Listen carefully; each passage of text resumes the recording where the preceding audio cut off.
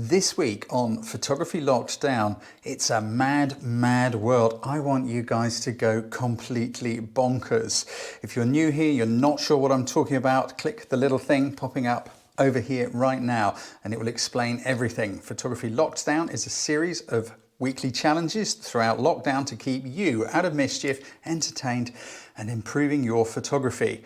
There is a competition which we hold in a Facebook group, and the following Sunday, 7 days from today, we'll be going live on YouTube to chat about some pictures, and there may even be a guest judge involved.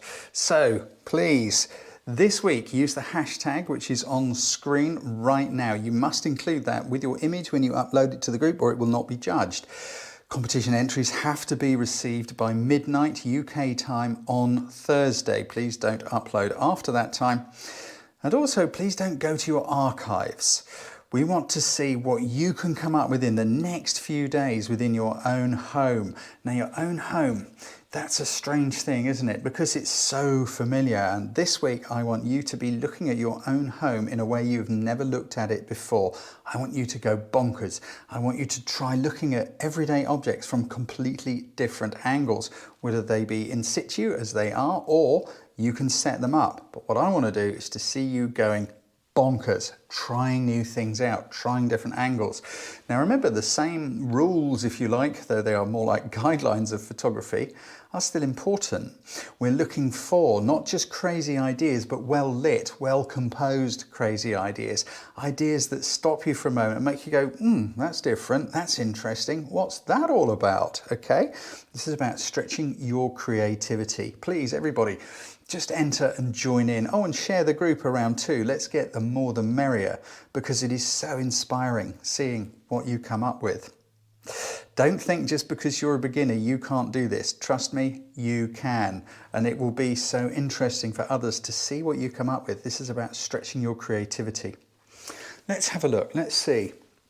A shot like this, for example, you know, how often do you look up at someone? Maybe it's your partner making breakfast, one of the kids doing something, you know, getting close with a wide lens and use something as foreground and something up in the ceiling as background. Sure, I got mugs dangling up there and they are a nightmare when they're all dirty and they're all piled up along the side and need washing. But let's go somewhere over here. Let's look at something a little bit more normal. Good at that, aren't I? Right. Let's see, over here, for example, there is, look at this, here we go. Look, on the side here, I've got this little, there's this little jug here, okay? Now, normally we see this little jug from here, from this kind of angle, isn't it? It's usually from that level, that is normal, but how about looking at it completely differently? See what it looks like. See how it appears if you view the whole thing completely differently. Well, there's the corks on the wall, the little jug down there. So how about if we look down the corks? You know, you don't normally look at it from that angle. And by the way, you can practice doing this just as I am now. There's nothing to stop you pre-visualizing by looking at things from these angles, from experimenting. You know, you don't necessarily have to have the camera in your hand to do it. Though I will confess it does kind of help. How would this little jug look if we look at it from a weird angle? Let's get our autofocus, our camera sorted out and see if I can show you. Right, so here it is from normal sort of perspective. Something like that. Well, as we move, down shots are pretty common, we know that, but you've got to be careful. Look, there's stuff down here, you don't want to get that in shot, do you? What about if we did look at it down along these corks? Let's just move the focus point so that's in the right place. How about if we extend the focal length? Let's see what we can come up with. That's kind of interesting, isn't it? But I don't want this sort of empty area here. So let's push the jug back a little. Let's move the plates out, those other things, whatever they're called, cups, out the way. I'm only barely domesticated, so bear with me.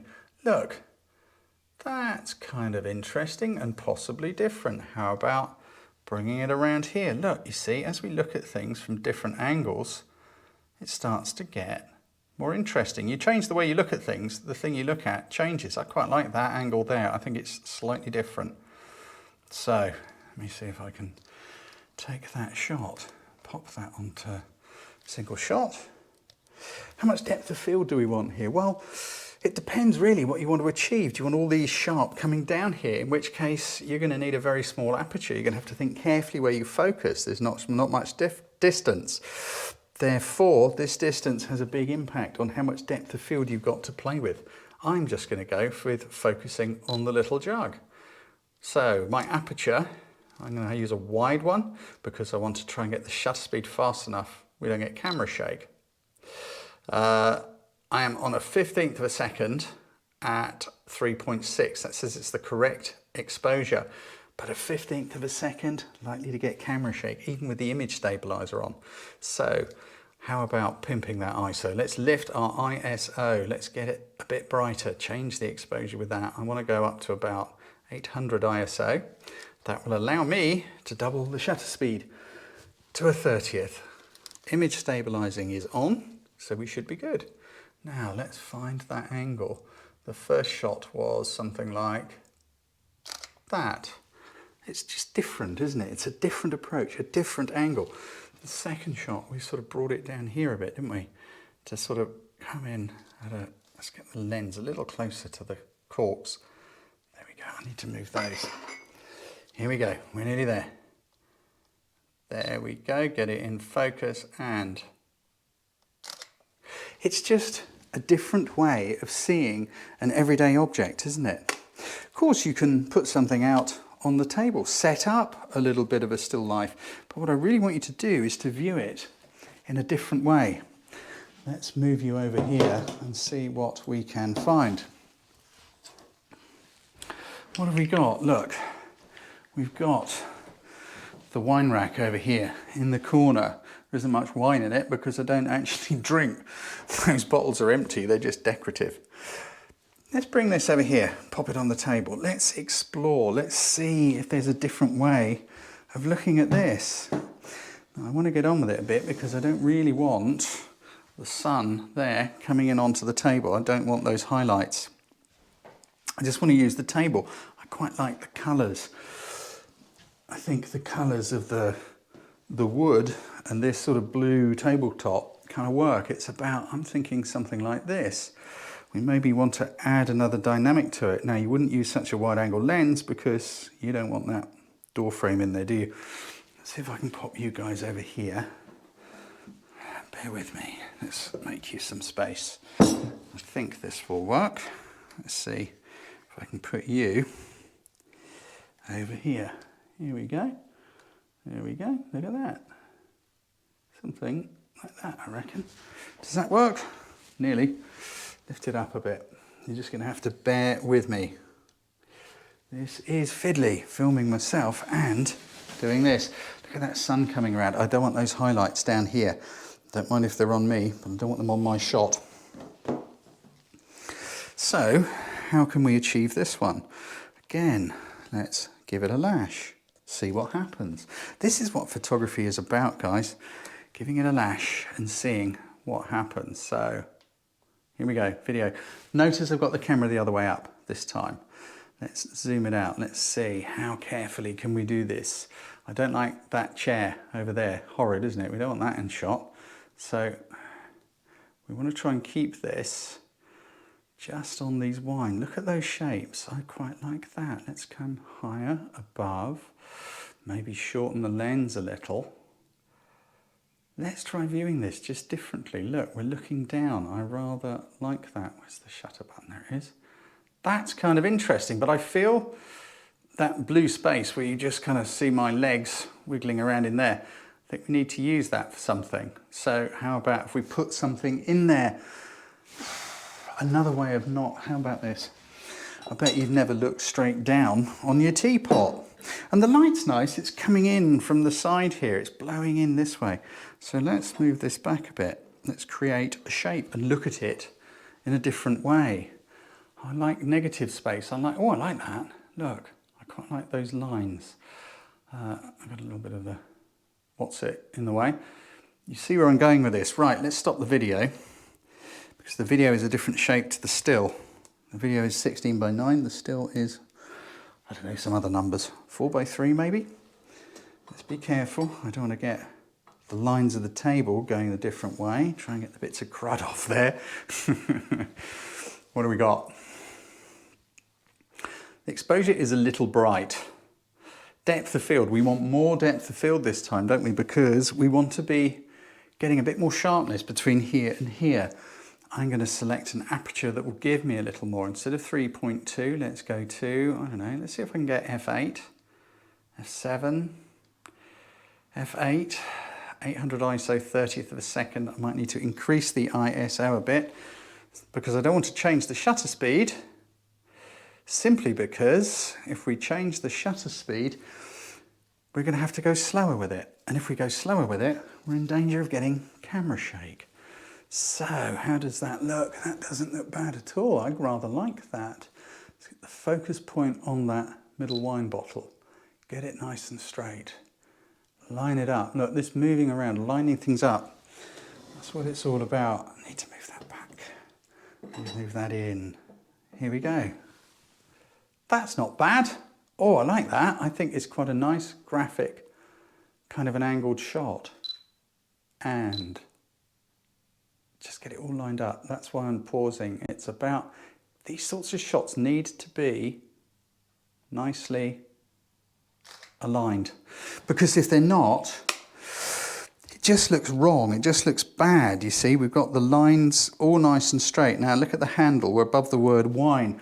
We kind of cropped it off just there. I'm not very happy with that, so I'm going to give it another go.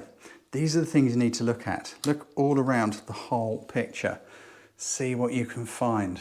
Now, let's try it again. That's a little bit higher, a little bit more space. I think that's better. And there. That's better. I think that is quite a lot more interesting. But can you see in the top right corner? Look, looking through this area here, there's a little bit of carpet, and a little bit of the back of the chair and some radiator. This is all about moving things around, finding exactly the right place. This is all about seeing. This is all about seeing how you see the world. Now, you know what? I think I'm probably going to drop this one. I'm going to have one more go just to see if I can make that lens longer and the field of view a little bit narrower. If I was to turn the table round and do it the other way, this would work a lot better. But I'm not going to do that because I want to do something else instead. Let's try that. There we go. Look at that. Managed to lose that annoying little piece in the corner, but now it's not quite straight. Nonetheless, the light's beautiful, and it's a different way of looking at something that you would normally see.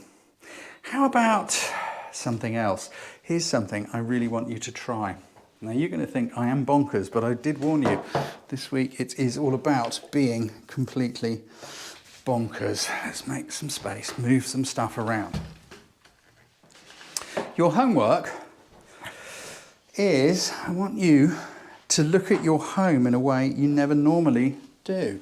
What I want you to do is, I don't know how well I'm going to be able to do this, how about laying on the floor in your kitchen and just staring up at the room around you just to see how it looks. You know, what is it like to look up at the corner of the table? Look up the chair leg here. Sorry, table leg. Look at the chairs from below. Look at the ceiling. See what you can see. Now the light's changing in here a bit. Is this working? Yeah, that'll do. Let's come a little closer to you. I think you can still see me nearly. You don't really want to see me anyway, do you? Look, there we go. Now, that's interesting. Straight away, I've found something interesting. But when you start looking, and I mean really looking, not just pretending to look, I mean start looking around your home, viewing it at weird angles. Now I know people are going to come in and they're going to say, what are you doing?